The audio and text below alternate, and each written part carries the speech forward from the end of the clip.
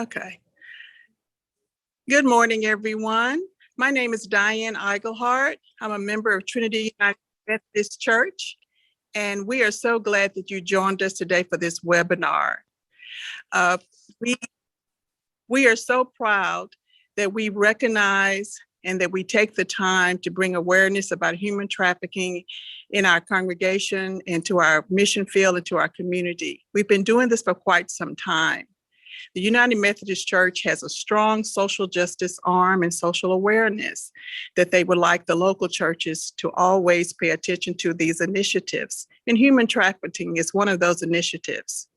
And so we're taking the time today to bring to you information to unveil the truths and give you more knowledge on things that are happening in our communities, to make you more alert, to make us all more proactive, and to make us all be great servant leaders so that everyone can live a quality life.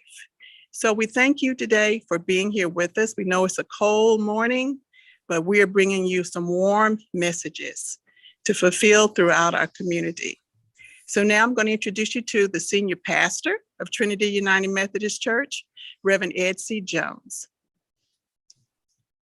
Thank you, Diane, and thank y'all for being here. And we just want to make sure we start this with a prayer. It's such a powerful message that we're going to dwell on today. And let's just ask God to guide us. Lord, we ask that you could guide our words, our wisdom. Father, we pray that the wisdom that we share empower people to see, hear, and act. We ask this in a name that's above all names. In Jesus' name we pray. Amen. Okay, thank you. And we're very blessed today to have our moderator is Miss Alyssa Linares, who is a graduate student at Sam Houston State University, studying and doing research in criminal justice. And we have as our tech person, you may not get to see her, but she is providing her skills. She is also a graduate student at Sam Houston State University, Taylor Robinson. And so we want to thank our panelists in advance, and we know that you're going to enjoy the messages that they give you. And thank you for joining us.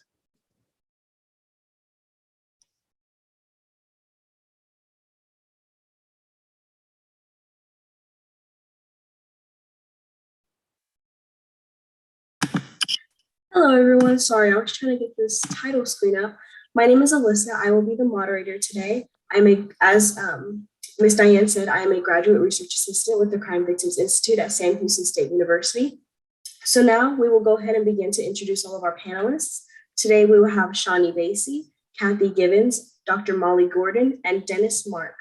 And if the panelists would each like to introduce themselves, starting with Ms. Basie, we can go ahead and get that started. Good morning. My name is Shawnee Basie, and I serve as the Director of Strategic Programs at an agency called The Landing, where we serve victims of trafficking, survivors of trafficking, in a variety of different ways. Happy to be here.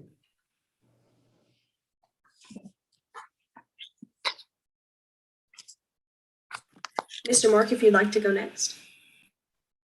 Hello, everyone. My name is Dennis Mark. I am the Human Trafficking and Rescue Alliance, the Southern District of Texas Task Force Coordinator. I'm assigned to the Houston Police Department Vice Investigations Division with the Human Trafficking Unit, and my job is to manage 31 or so law enforcement agencies and coordinate with the nonprofit organizations to provide victim services. Mrs. Gibbons, if you'd like to go next. My name is Cathy Gibbs, and I'm co-founder of 1211 Partners, an organization in collaboration with Redeemed and The Landing, just helping to support survivors and overcomers after they've graduated from these wonderful programs. I'm also an overcomer of trafficking myself. And Dr. Gordon. Hi, thank you for having me this morning. My name is Molly Gordon. I'm a Associate Professor of Psychiatry in the Menninger Department of Psychiatry and Behavioral Health, and the Medical Director of an anti-human trafficking program that focuses on education of healthcare professionals, clinical management of the healthcare needs of trafficked persons, research into best practices of management of current and survivors of trafficked persons, and then we work in the space of advocacy and policy. to improve healthcare outcomes for children and adults. Thank you all for being here today. Before we start with the first question, I just want to say that if any of our audience members have a question during any point in the panel, please go ahead and put that in the chat along with your email. We will have a Q&A session at the end, but in case we don't get to make it to your question, we can email you with the response. So now we'll start with the first question directed at all panelists. How would you define human trafficking?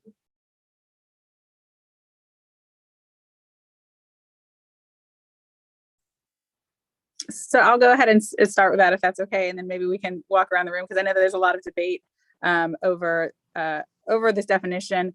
Trafficking is both labor and sex trafficking are really a continuum of a spectrum of agency, meaning they are the most extreme forms of exploitation of others. Our program abides by the United Nations definition of trafficking, which requires an act, so the harbor, transferring, relating to a person through the means of force, fraud, and coercion for the purpose of labor or sex. So except for when we're talking about children who are minors, any form of commercial sexual exploitation of a minor is by federal definition trafficking. So we abide by a very strict and very firm definition of trafficking.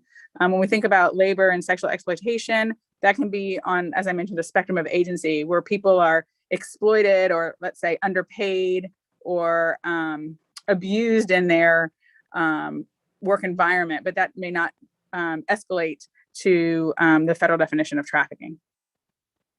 I'll let others chime in. I know that others have a lot of opinions about this.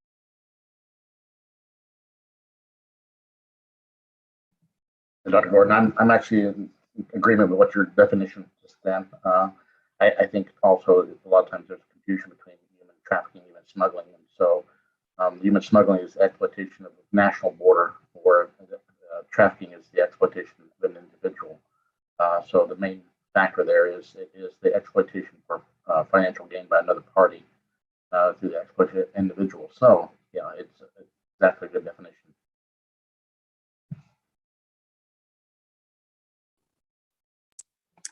I And think some other, we're in Go ahead. alignment as well. Yeah, definitely in alignment. I think legal definitions, also the way that we define it for our programs. Dennis mentioned like confusion around trafficking and smuggling. I think oftentimes there's confusion around kidnapping and trafficking as well. So what I like to share is that when there's trafficking involved, it doesn't mean that someone is actually having to be moved from location to location. Individuals can be trafficked in a single location and never leave that spot. And so that's another way to just kind of clarify.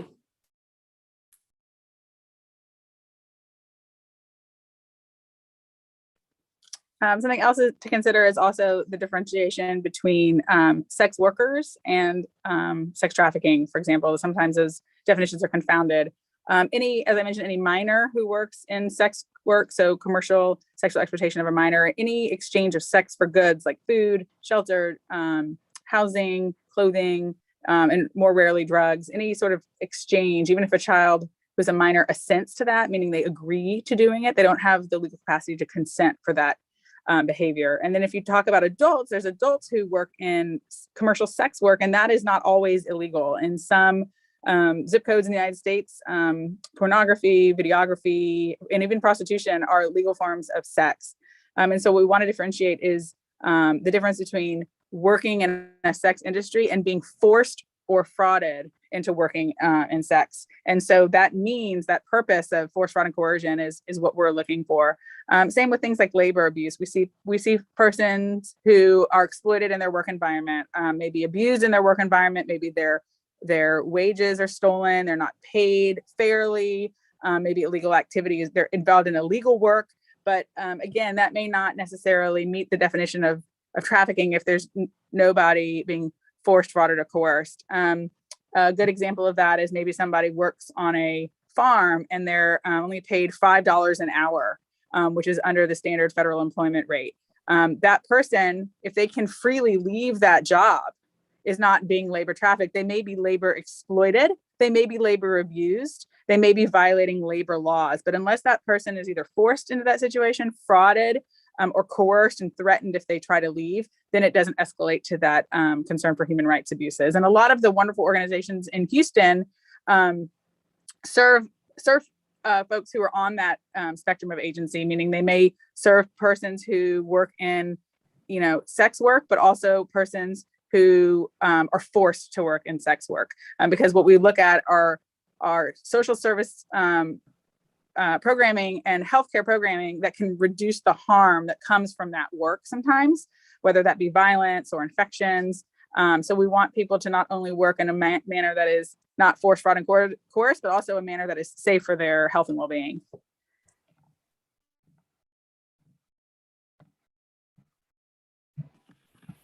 Dr. Gordon, I am glad that you mentioned those blurred lines, because there was another question. What is the difference between human trafficking and sex trafficking and prostitution? And this question is for all panelists.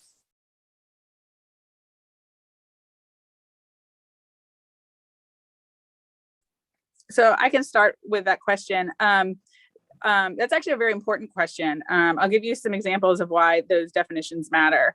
Let's say you have a child, if we're talking about sex trafficking, let's say you have a child who may have been physically and sexually abused in the home, and then they are exploited commercially, meaning somebody's profiting off of their exploitation for sex, whether that be housing or money.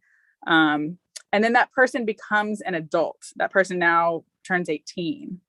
And that person then engages in commercial sex work, whether it be legal commercial sex work, like, for example, dancing, or illegal sex work in the city of Houston, for example, prostitution. If that person is of age, meaning if that person now becomes 18, and they're not being forced to engage in that behavior, then they're not being trafficked into that behavior. And so sometimes patients who work in prostitution are viewed socially, by social services, in the medical system, as being prostitutes. But we have to consider the fact that that person may have previously, as a minor, been prostituted, been forced. So persons who are engaged in sex work can also be victims of trafficking at other points in their life. And so just because someone may not currently be being trafficked, it may not mean they haven't been trafficked previously. So those definitions are sometimes fluid in people's life experiences.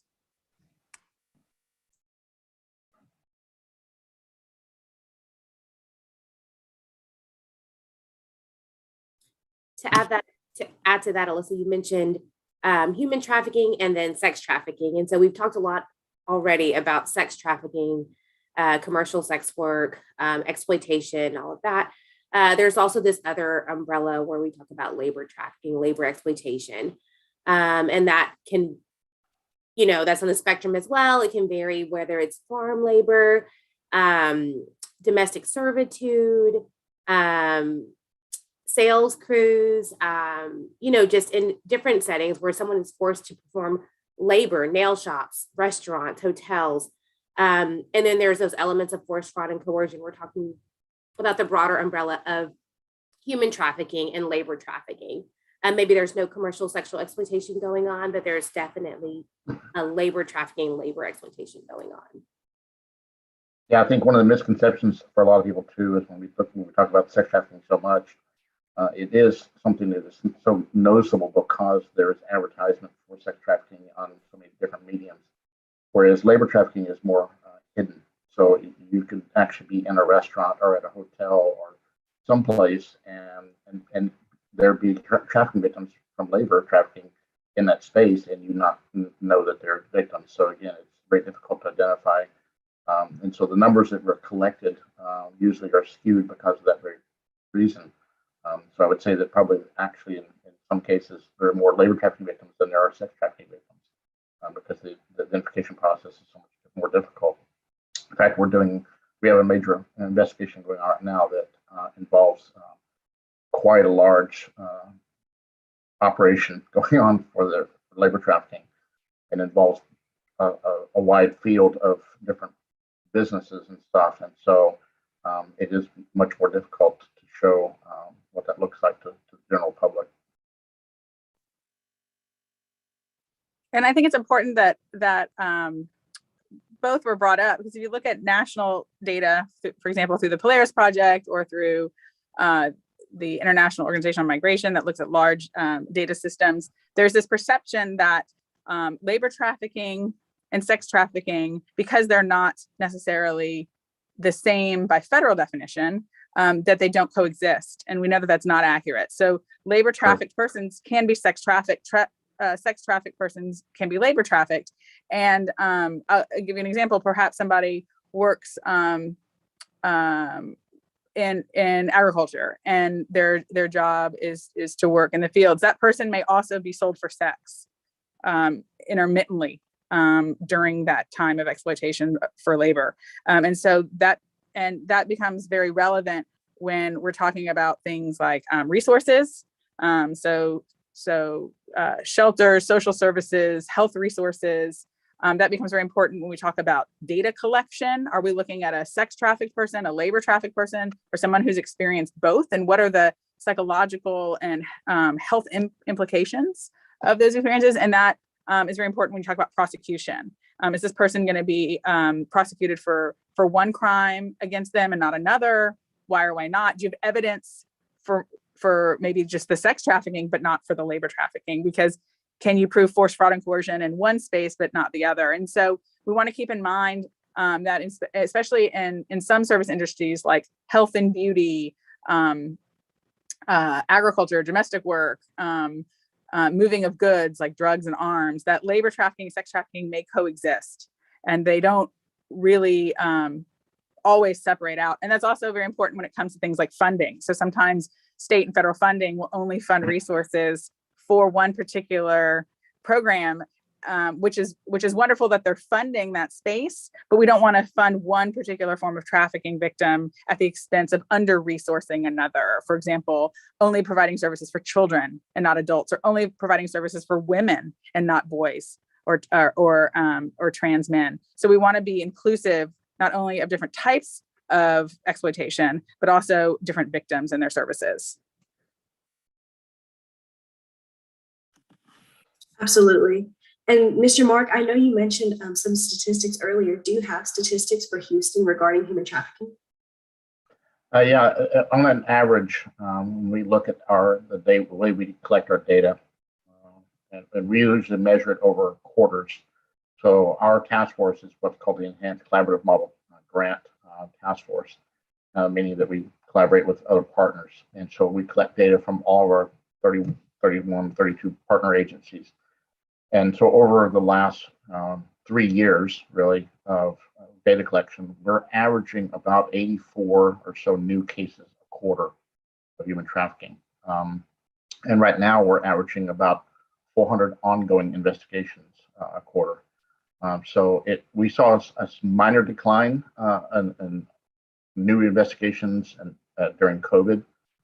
But one other remarkable part of this is that since introducing the trauma-informed approach in the way that we do our identification investigation process with coming in contact with potential victims, we've seen a number of increase in outcries from victims because of the way that we've been actually conducting our interviews with them. So we can actually see a rise in the identification of victims because of that very nature, how we've changed the way that we approach when we talk to the victims out there.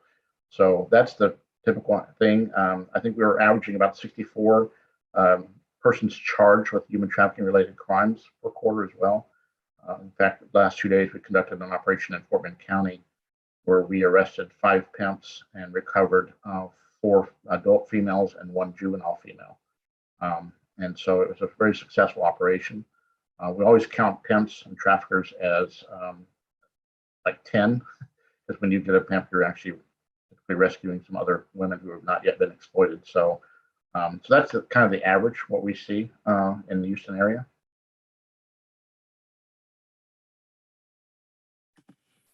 And I have a few slides to show everyone, so I'll go ahead and show my screen. Let's see, make this bigger. So this is the Texas Triangle. It's said to be one of the most heavily trafficked regions in the United States. It incorporates Houston as well as other major cities and follows major interstates, including the I-10 corridor. Now, it's said to be so heavily trafficked because of the ease of transportation and the heavily concentrated areas that are held in these communities. So to all panelists, what do you all think of this?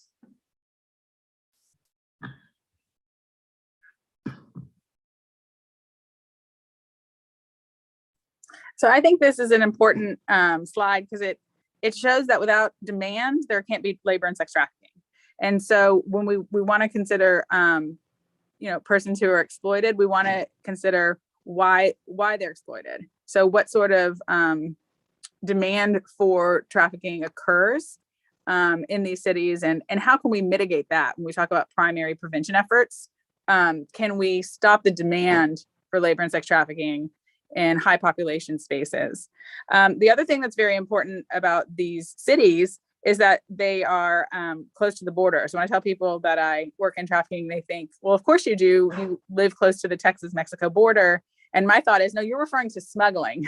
People like Mr. Marks mentioned, people moving across a border. But we want to consider that migration of people coming up through Latin America or migrating through what we call the Valley Corridor from the Rio Grande Valley up into these large population communities is a high risk zone. And so what we're looking at is identifying people in labor and sex vulnerabilities as they enter the country across the border, either voluntarily or involuntarily, and as they move up towards these spaces. What are their, how do we identify them? How do we reduce demand? What are their health and social needs? And so we call that the migratory corridor. So we want to be inclusive not only of these, sort of high demand, high population cities, but also in spaces that may not be marked on this slide of vulnerabilities to particularly what we call social determinants that increase the vulnerability to people being harmed as they migrate and move toward these cities.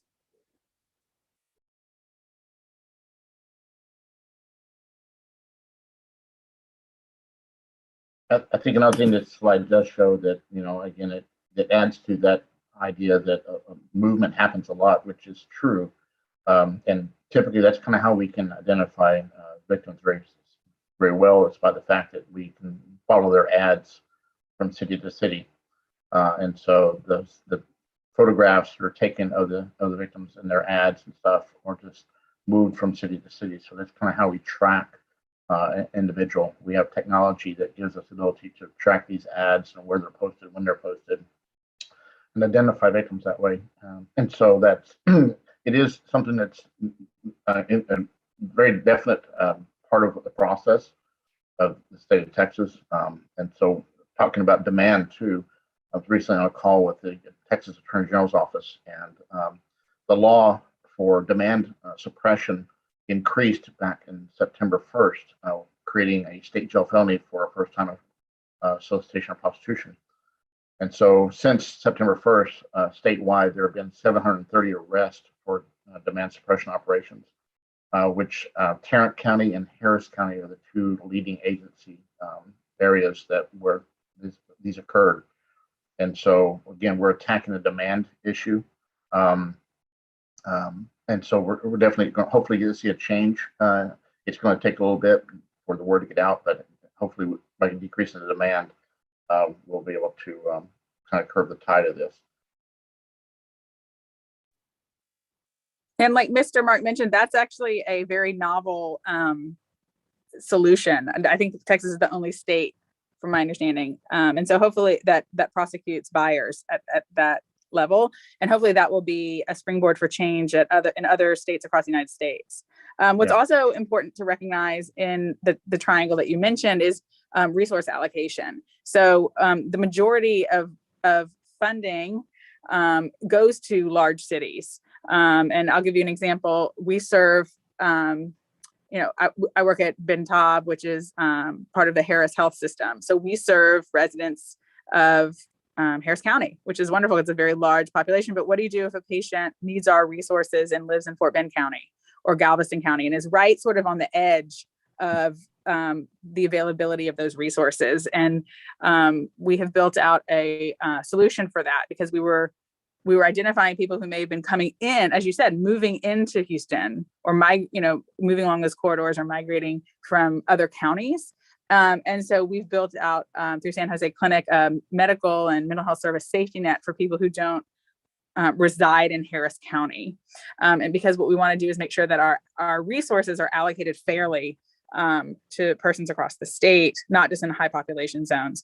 Another problem you get into is that in rural communities, patients may be identified, let's say by police or healthcare services, but they may have less access to resources once they're identified, whether those are prosecution resources, healthcare resources, or social service resources. So we want to make sure that our sort of less connected rural communities also have equal solutions, and that we're not just focusing our energy on high population zones just because we can identify perhaps more people that way. We want to make sure that we identify people fairly across the state, and that's a tricky thing to do.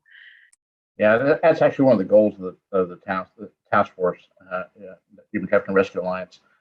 We operate again under the Southern District of Texas, which basically is the Harris County and surrounding counties all the way down to the border, from Laredo to Brownsville, and so we cover multiple counties. In fact, we're bringing on two new counties. Waller County and Chambers County is under our task force. So this gives us ability, as Dr. Gordon said, to share resources with those other agencies in those rural communities to let them know that we do have victim services available under the task force umbrella. So that gives us the ability to reach out to those populations that may be underserved in different areas. So again, that's one of the goals of the task force, and within the mission of the task force is to address the needs of victims as they're identified. I think another thing to add, in addition to the task force being expanded throughout various regions, is the state of Texas has been, by the governor's office, has been commissioned to provide services in all of these different regions, rural regions, urban, and we're building out a continuum of care for services in a lot of different locations where we're able to reach some of these underserved populations.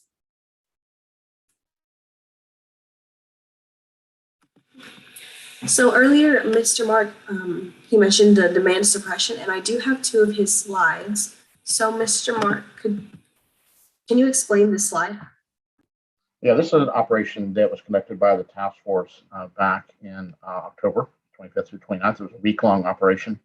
As a result of HPD's differential response team, we had shut down this massage parlor in West Houston.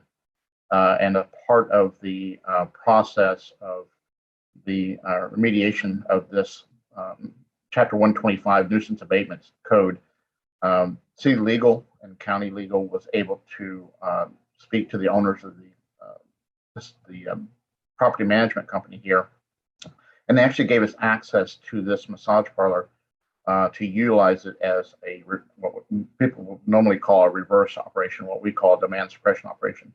So basically what we did was we had undercover officers operating this location as the massage parlor, and we were posting ads online as normal.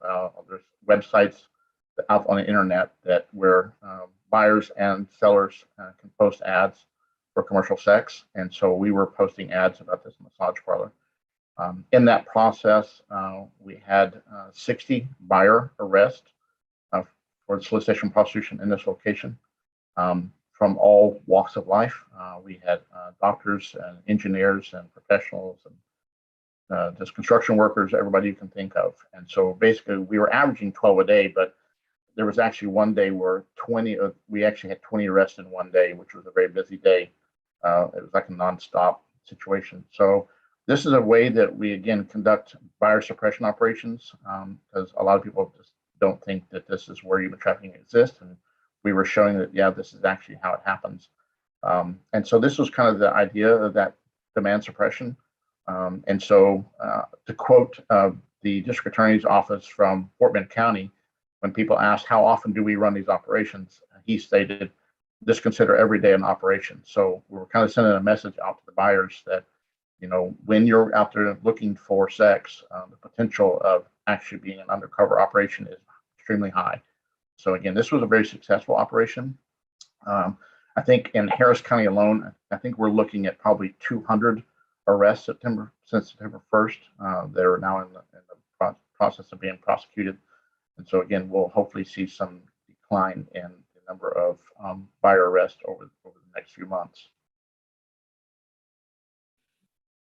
Thank you. And then can you go ahead and describe this one as well? Yeah, this was a unique type of case. It was actually led by Texas Alcoholic Beverage Commission. They had received some tips that this bar in Southeast Houston was operating.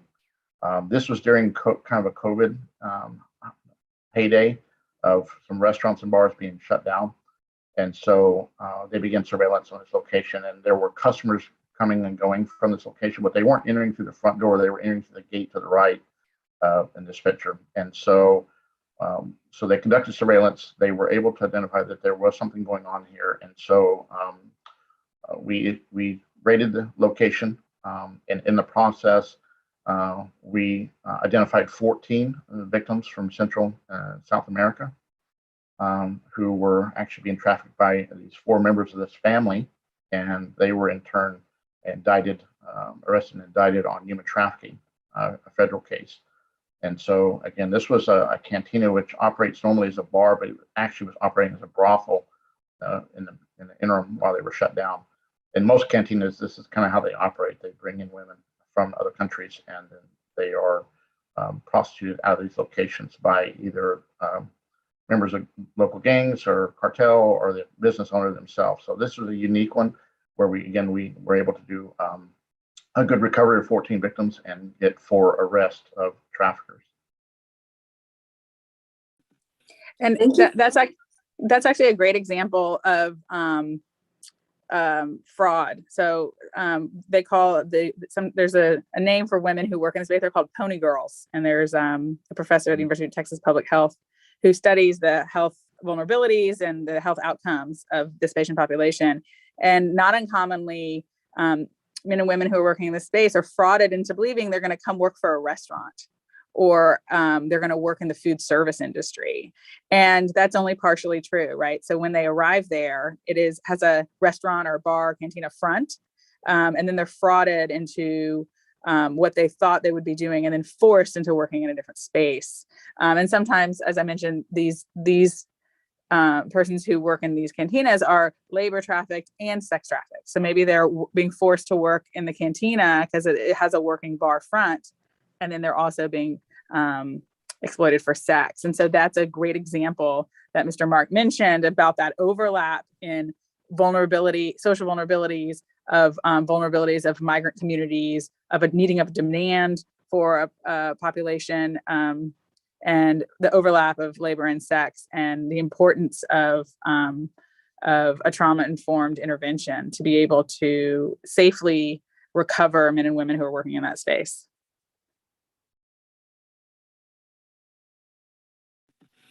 Thank y'all for letting us know all about that.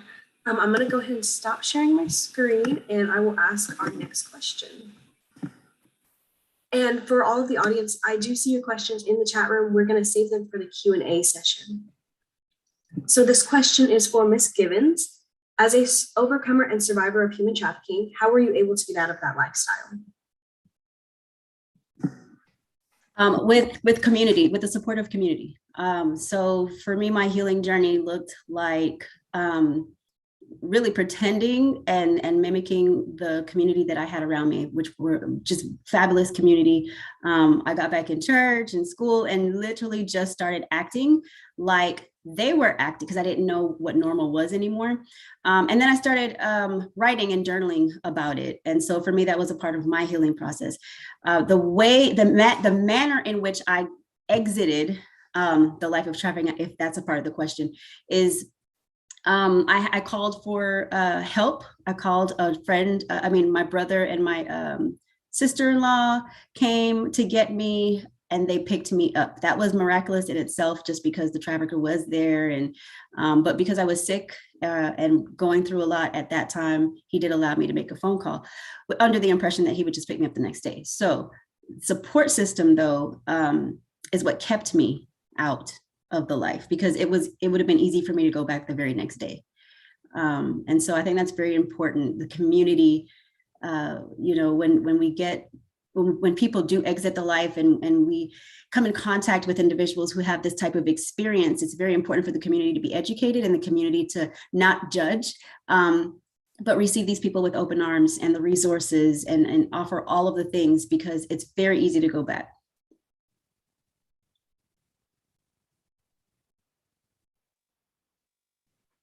And can I make a comment about that also? I think that there's this misperception that that persons can only receive services if they have separated from their trafficker. That now they're whatever term you want to use, free, safe, separated, and that's not actually the case. So we serve the mental health and physical health needs of men and women who may currently be in a trafficking situation and not ready to leave or can't leave yet. And I know that some of the social service agencies and shelters do the same, where they can provide services for persons, whether or not they're still being exploited or whether they have survived that exploitation or whether they've overcome it and it happened 20 years ago. So we also want to consider that resources shouldn't be linked to the relationship between the person and their trafficker. We should be able to serve persons across all parts of their journey, their vulnerabilities, their exploitation, and their recovery.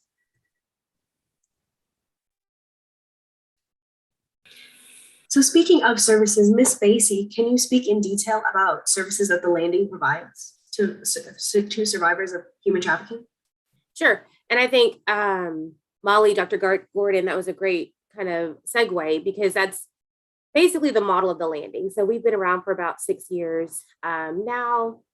The founders of the organization did a needs assessment in the community, speaking with local, stakeholders, law enforcement agencies, just to really identify where there was a gap. And there is a gap where survivors, overcomers, people who are being exploited can't access services while being exploited by a trafficker or still in the life, right?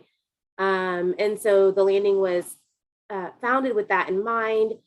We started off with a drop-in center where individuals who oftentimes are still being exploited, still in the life, are able to come in. Cathy mentioned community, build relationship, build trust. And so when they are able to escape or leave that situation, they have a support system around. It's really easy to ask someone to leave their situation and not provide them with the resources they need to actually overcome, right? And so that is the heart of what we do, is to just meet someone wherever they are in their journey, during their exploitation, if they relapse, if they go back, if they are in long-term recovery, transitioning. We're designed to do that. And so we have a drop-in center that's located in Southwest Houston, and a nationally known just kind of hotspot for trafficking, exploitation, where individuals can just come in a non-judgmental space. No requirements. You don't have to leave your circumstances. Obviously, that would be ideal, but we also need to respect people's journeys, right? And respect, their path. And so using a lot of harm reduction practices, making sure they have access to care, services, therapy, food, clothing, meeting people's basic needs, and then in hopes that they are able to, just really help them develop a path for exit and for not just exiting, but just, living a life that any one of us would want to live. So we have a drop-in center. We do a lot of outreach as well. So a lot of street outreach, where individuals are likely being exploited. We do online outreach where we're using a platform to look at ads and reach out to people who are still in the life and let them know about the services that we provide. And then more recently, we started a youth advocacy program where we're able to provide victim advocacy, court advocacy, crisis intervention for minor victims of trafficking, and that's in Harris and the surrounding counties. I also like to add to the fact about Landing does with law enforcement. One of the major protocol shifts that we've made in the last couple of years is bringing advocates and overcomers on to the operation with us. And so when we make contact with potential victims, they may, law enforcement maybe do an initial interview, kind of get the background on what's going on, and then the individuals are handed over to the advocates, and they're able to communicate directly with them and offer them services. We work with them. Landing is one of 5 primary agencies that we work with on our operations. So like the last 2 nights, we had people from Refugee Services of Texas and Alliance International. I think the landing was there. I'm not sure. I don't know if they were there or not. But then we also had Texas forensic nurse examiners on scene, so they can actually do a medical screening and offer STD testing, and they can do all kinds of things. So it's really changes the paradigm for how the victims look at how we're making connection with them. So it does make a difference. Some of the victims that we encountered in the last 2 days in operation, at first they were very uncooperative, almost combative, until the advocate stepped in, and then that really changes everything for them. They realize that we are actually there to help them rather than just arrest them. And so it's been a big paradigm shift. So the landing has been a crucial part of our success as law enforcement as we identify, investigate human trafficking, and address the final part of our mission is to address the needs of the victims that we encounter. I think too, that's a great point, Dennis, is that like Cathy, Molly, Dennis, all of us, we know each other. I think Houston is great for just collaboration. There are lots of survivors who need help, and not one agency can do that. And so just collaboration is really key. We work a lot together on coalitions and task force and all of that. But then keeping in mind that, there's a lot of need out there. Molly talks a lot about like the, social determinants of health and medical and, all of that, but there's also so much more. And so we just really work together a lot to just meet the needs of a lot of individuals. So one more question before we begin our Q&A session. This question is for Ms. Gibbs. What strategies do you adhere to keep emotionally balanced and focused on your work with your nonprofit and helping others? Yeah, that's an interesting question, actually. I think there was one other that I'm usually asked to, is like the success of getting out of the life and staying out of the life. And, it's a process. It's still a process 18 years later. So for me, personally, this has now become sharing and educating communities, helping and mentoring overcomers and survivors and victims, and staying really connected to this has been a part of my healing journey. Very different for other people though, right? This has become who I am, as far as me wanting to participate in the anti-trafficking field. A lot of people exit the life and don't even want anything to do. They don't want to hear the name trafficking or exploitation or abuse or anything. They're off being like doctors and lawyers, like they don't want to come back to this. For me, though, it's my fight back. And so that's how I get quote unquote revenge or whatever it was that I had when I first got out of the life.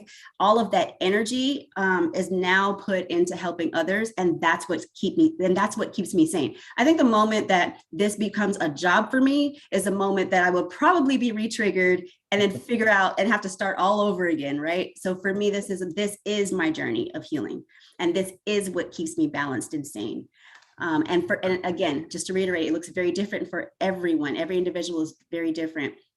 And, I like to say that restoration, after dealing with any type of trauma, especially this type, is a lifelong process. There's no like arrival point where you feel like you've made it and you've done it.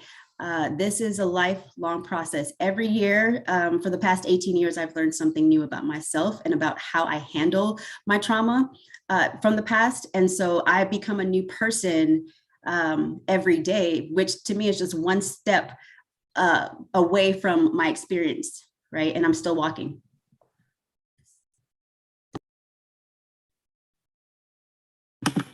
That's awesome. And thank you for sharing that. I think your story is so inspiring. So speaking of your experience, Miss Basie, do you see a lot of survivor overcomers come to work for you or for other anti-human trafficking nonprofits? Yeah, I mean, I think it does happen. I think this is a good question for Cathy too, but yeah, we do see that. We see both, right? We see, like Cathy said, individuals who this is their life's work, right? They want to give back. They want to, support other overcomers coming out of the life. It's also part of many of their healing journeys, like Cathy said. But you also see those who are like, I don't want anything to do with this anymore. I don't even want to be identified as a survivor. I don't want this to be my label. I don't want this to follow me. So we see both, right? There is a big need for survivor leaders and agencies to work though, right? To provide peer support, to help instruct and peer support, but also just to guide how we do this work, right? Because we need their voice. They need to be able to contribute and tell those of us who are not survivors. So yes, some of them come back, some of them don't. At the landing, we see both, right? We see those who get on their feet and we may not hear from them again, or we hear from them every now and then, but we have those that are coming in, either working on staff, or even just those who were still serving, who are leading support groups or mentoring others. So there's a variety of ways that individuals get back involved. And then there's those that don't as well. But there's definitely a need to, have survivors and overcomers work in these agencies and, really contribute to developing what we do so that it's most impactful and most meaningful. And thank you for all that you do. So we're going to go ahead and start the Q&A session from our audience. The first question is, people who are day workers are sometimes trafficked. Is that true? I'll take that question. The answer is yes. You can see sort of all spectrums of well treatment and poor treatment among day workers. That can be a vulnerable population because of maybe their legal status as citizens. That can sometimes influence whether they have more rights than others. You can also see day workers who are abused at work, and then those who are trafficked and completely forced into the space and unpaid. You can also see a condition called debt bondage, where persons are smuggled or moved into a community and then indebted to a worker or an agency with rising interests and no sort of understanding of when that debt terminates. It's also important to understand the power of psychological coercion. We're not talking about, when we talk about trafficking, sometimes people use the word slavery, but this is not slavery. This is something very different. This is not a socially accepted norm the way slavery was 150 years ago. And this is not slavery when we think about chattel slavery and that a person is confined to a particular space. So people can be forced into trafficking physically, but they can also be forced into trafficking psychologically. And the power of psychological coercion is a very powerful one. A good example of this is some work that's done by a public health researcher in California named Susie Baldwin. She looked at the Biederman model of coercion, and Albert Biederman was a sociologist who looked at American prisoners of war who were captured in the Korean War, and found that American soldiers could be psychologically coerced to admitting to their captors of a war crime they didn't commit. So if we think about the tactics that were used against those prisoners were not physically tortured. They were psychologically coerced into changing their behavior. So if people have the power to psychologically coerce a very powerful soldier, right, who should be a strong-willed person and a resilient person, imagine what they could do to somebody who may have more vulnerabilities. And so when we think about laborers, just because they're not physically contained in a space doesn't mean they can't continuously be trafficked. We also can think about that when we think about familial trafficking. People are trafficked out of their home. Some of those teenager boys and girls that we see who are trafficked go to school and come home from school every day, and then they're trafficked in the afternoons and evenings. So they have this essential perceived freedom to come and go. But the question always arises, well, why didn't you tell an adult? Well, there's fear of retaliation, of harm, of escalation. And so patients know or trafficked persons know I would say patients because I'm a physician, but trafficked persons know their safety best. They are the experts in their own safety.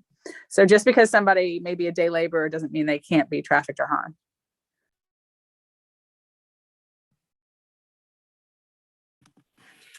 Our next question is, do you find male victims of trafficking are mostly labor trafficked?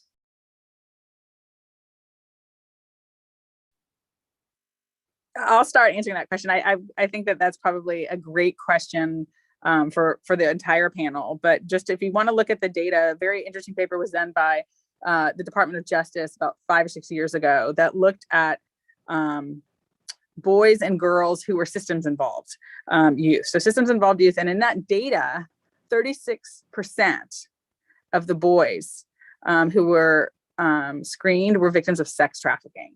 And so while you can see labor and sex trafficking in both, this perception that the International Labor Organization has a really interesting statistic from 2017 that shows that 98% of sex trafficking victims are women. And I think that is a gross underestimation of what we're missing in our social service agencies, in our law enforcement, and in our healthcare services, that we have trafficked boys, trafficked men, trafficked trans men for sex, that sex trafficking is not something that is exclusive to women. We also want to consider trafficking, again, under that umbrella of commercial sexual exploitation of a minor. Anything that exchanges sex for goods, when we're talking about a kid under 18, is considered trafficking. So imagine a homeless boy who wants a place to stay and uses sex as a survival tactic. That's trafficking. And if we fail to see trafficking in all of the ways it presents in our community, then we promulgate stereotypes of what trafficking is and isn't. Yeah, we're actually in our task force, we've been working with one of our researchers and with our analyst, our intel analyst, and we actually started making that shift over to try to identify male victims of sex trafficking as well. Because again, when we look at our stats, we almost mirror what you were saying, Dr. Gordon, is that we see a larger percentage of females being identified. But again, that's in the case where when we're making operations, that's the majority of the people that are identifying, right? And so it is difficult to identify. And so we are looking at methodologies of how we can better identify male victims of that and trans victims as well. And again, it's a matter of where we look and how we look. And so we're coming up with solutions. In fact, we have a meeting next week with our supervisors of our task force to talk about this strategy in 2022.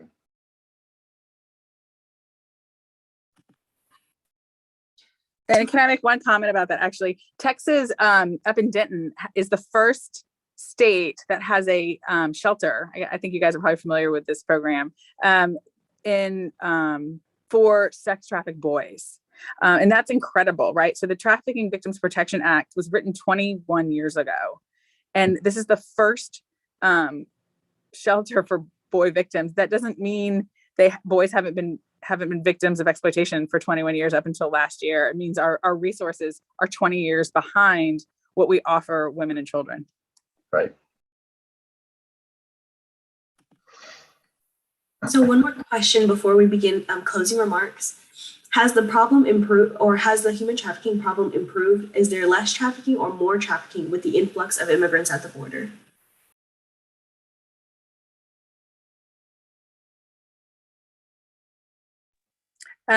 So that's a very complicated question. Dr. Torres, that's a very complicated question. Dr. Torres, who's our research lead, does a lot of work in labor trafficking at the border and in migratory communities.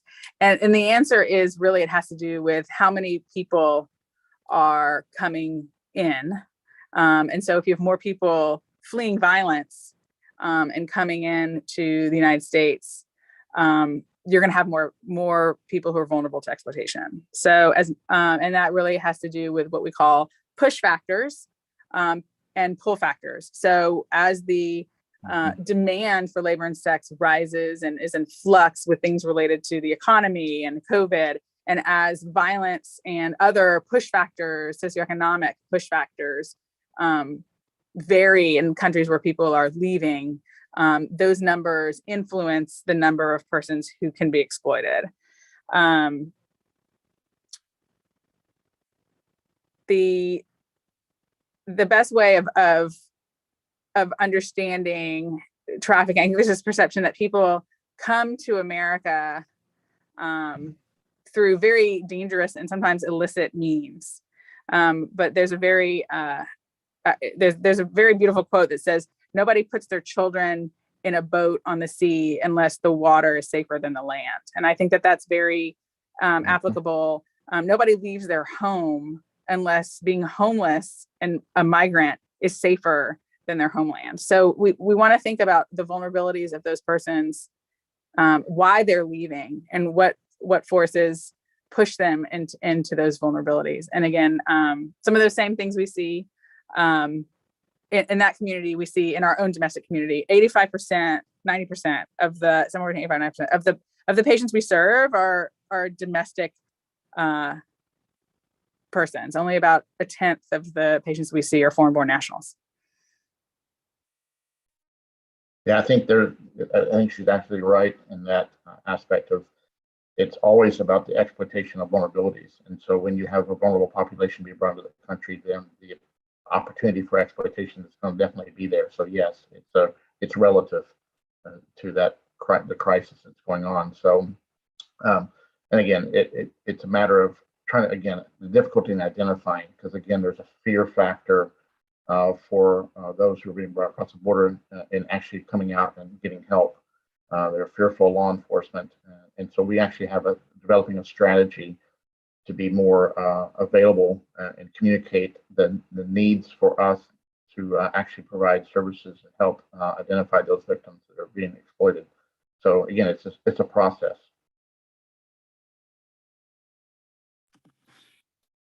So thank you all for sharing. All of our panelists did such a fantastic job. And that is all the questions that we have time for, but our audience was so active that we have more questions. So audience members, if you want to go ahead and leave your email, we will make sure that those questions get to our panelists, and we hope to get you responses as soon as possible. And again, I just want to thank all of our panelists. We have Ms. Basie, Ms. Gibbons, Mr. Mark, Dr. Gordon, Trinity United Methodist Church, and TSU for putting this entire panel together. At this time, my coworker will post the resources in the chat. We have a whole list of them. There's also this prayer vigil, which let me share my screen again and put that up. They will be praying over human trafficking from 4 p.m. to 5 p.m. today. So if any of you would like to join that is over Zoom. And there's all the Zoom information that will also be in the chat. And at this time, if Miss Diane would like to close us out. Sure. Oh, we're so thankful for all the contributors and all the collaborators today. You made this a very worthwhile event. As I said at the onset, we have a very chilly day here in Houston, but we were filled with warm messages that we as servants and as community leaders and as interested citizens can take out to others and share so that we can continue to provide resources and care and compassion and empathy to those in need. We do have a message here from our bishop, Bishop Scott Jones of the Texas Annual Conference. And it is just to verify and to stamp that as a faith, we are conscious of this, what's going on in our society, and that we're working collectively as a faith to eradicate our community and our mission fields of this, and to continue to educate our community. So thank you again for joining us. And I'm gonna turn it back over to our moderator, who we are so appreciative, and she did a fantastic job. Thank you for those kind words. Thank you. So I will go ahead and put a list of the resources up. If any of you would like to take a picture, again, those resources are in the chat along with the resource PDF provided by Dr. Gordon. But that is the end of our panel. So thank you again for all being here today. And I hope you all have a great day and have learned a lot, because I've learned a lot. So thank you all. Thank you all. Thank you for having us. Good to see everybody. Thank you. Good to see you all. Thank you. Thank you. Thank you very much.